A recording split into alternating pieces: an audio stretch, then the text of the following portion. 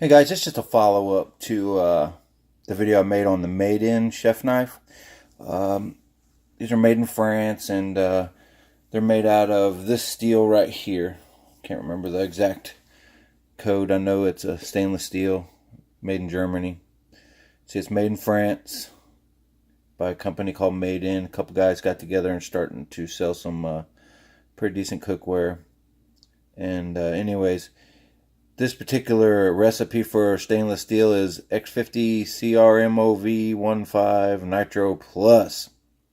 And it says 100% forged, HRC Rockwell hardness is basically what that means, 58 to 60.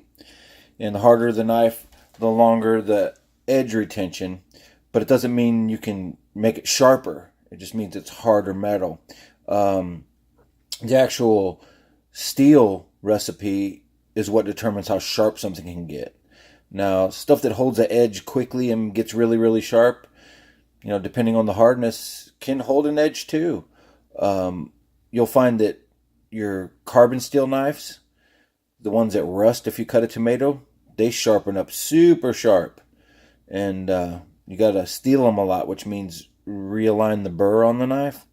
But with these kind of steels, they don't get really as sharp as per se a carbon steel knife, but they don't rust when you cut a tomato. So you got to find a balance between something that can get sharp and hold an edge, as well as maintain its usability. I mean, you have to refinish it each time you use it to get the rust off, because you can get kind of a taste in your food if you have a rusty knife. Anyways, looking at this German stainless steel. This same kind of steel is used in Wüsthof knives. Victorinox actually uses this steel. The Swiss Army knife people. And so it's not some kind of special steel. The Nitro Plus thing, there's all kinds of weird hardening methods they use.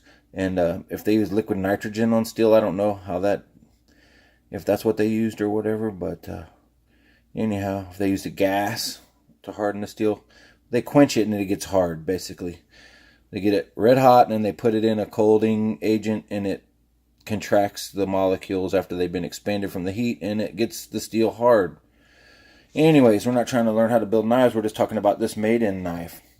Now, there's a couple things about this made-in knife that I kind of question the value versus quality as compared to stuff of lesser cost that I feel has maybe some better quality control or something like that when it's being manufactured. One thing I want to address that I talked about in my other video is the handle. When I saw the picture on their website, they had a red one, and then I clicked on the other link and I saw the photograph and I thought it was a white handle, like my Mac knife has white handles on it.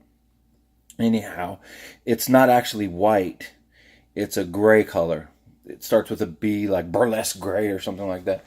But so it's not actually a white handle. I stand corrected on that. I thought I ordered a white handled knife, but I actually ordered a B something gray. It's like a light gray. Anyways, let's dive into some of the things that I question. First of all, let's talk about different kind of knives.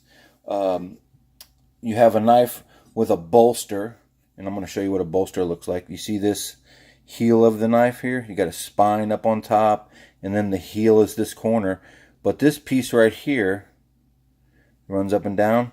That's called a bolster. Okay, so the knife like this one happens to be a Victorinox chef knife. It doesn't have a bolster, and then there's the heel. You can see just at like a 90-degree heel, and it's got like a little bevel to clean up the edge, but it's basically 90 degrees, and it goes off the end of the knife. And then I have another knife. It's an old knife that I've had. It's from the like 80s or something, 70s or 80s. It's called Le Cuisinier, right? And it's made out of this type of steel, which is really hard. Molybdenum plus. Anyways, it doesn't have a bolster, and as you can see, it does have a 90-degree heel, but if you look at the bottom of the knife, you'll see that it's not actually sharpened. The taper on the knife It's basically an unsharpened heel. It's part of their design, and I never adjusted it to try to make it. I sliced things with it. It's got a kind of a compound taper. It's a unique knife. But when you look at the Maiden's knife, the heel, here's the bolster up here. This is kind of where you put your thumb and you pinch it up here and rest your thumb there and your index finger on the other side. The heel of this knife, it's kind of got like a radius, like a 45-degree corner where they just notched the corner, but they thinned it out. If you look at the bottom of it, it's tapered in. Let me see if I can get that where you can see. You see how it's thinner at the very back than the actual blade thickness. So that very heel corner, it's not as thick as the actual blade bevel itself. It's thinner, kind of pinches back. So that kind of is strange to me, and if you look at the bevel itself, the bevel doesn't maintain a consistent bevel. And this is a factory edge knife. I haven't tried to sharpen it or anything like that, but you can see that bevel, it thins out at the end, kind of dips down to nothing. And the tip of the knife, the bevel doesn't maintain either. Let me see if we can just go down that bevel. See, there's the bevel, there's the bevel, there's the bevel. And once you get up to the tip of the knife, the bevel disappears on one side. So that one, it gets a little wider at the top there on that bevel.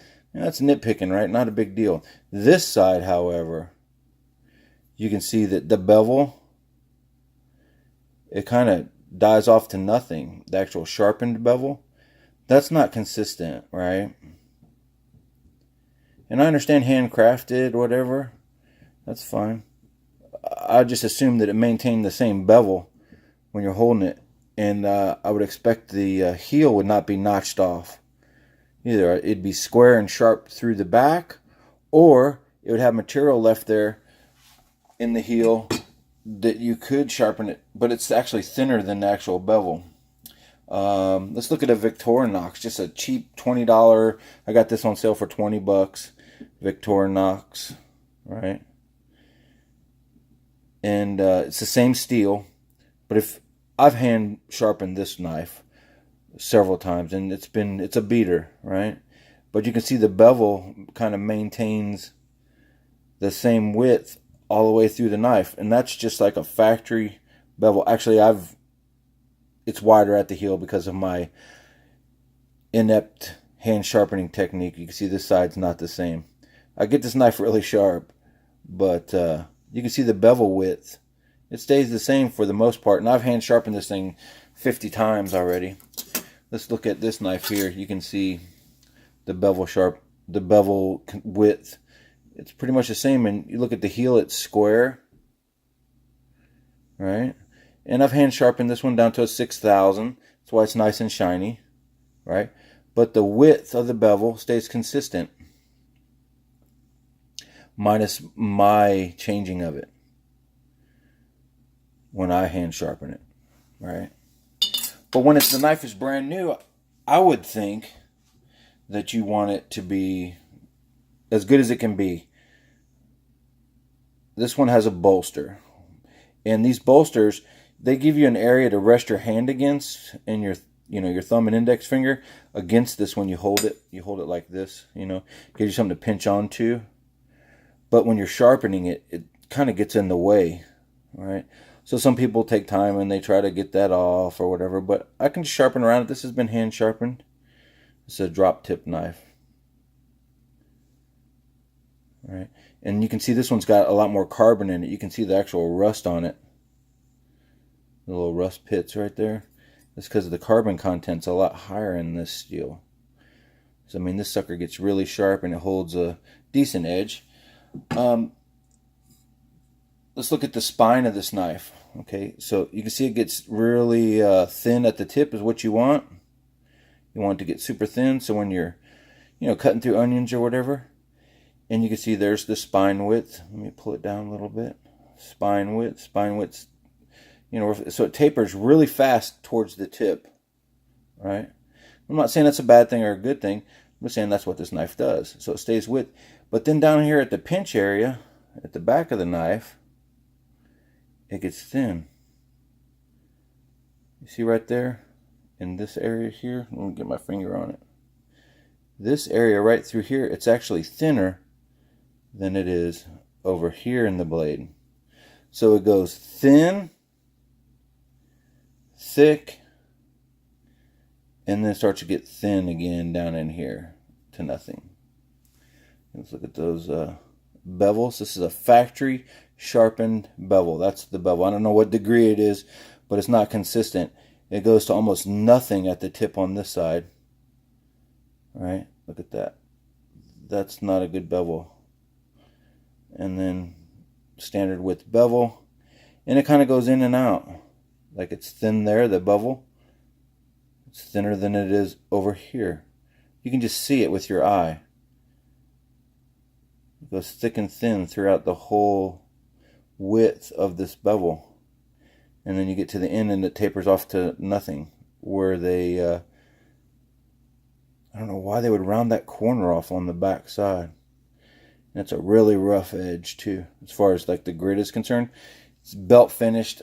You know, I'm not going to say it's like a 120 grit or anything like that, but it's probably like a 320 grit or something like that. Maybe 220 grit.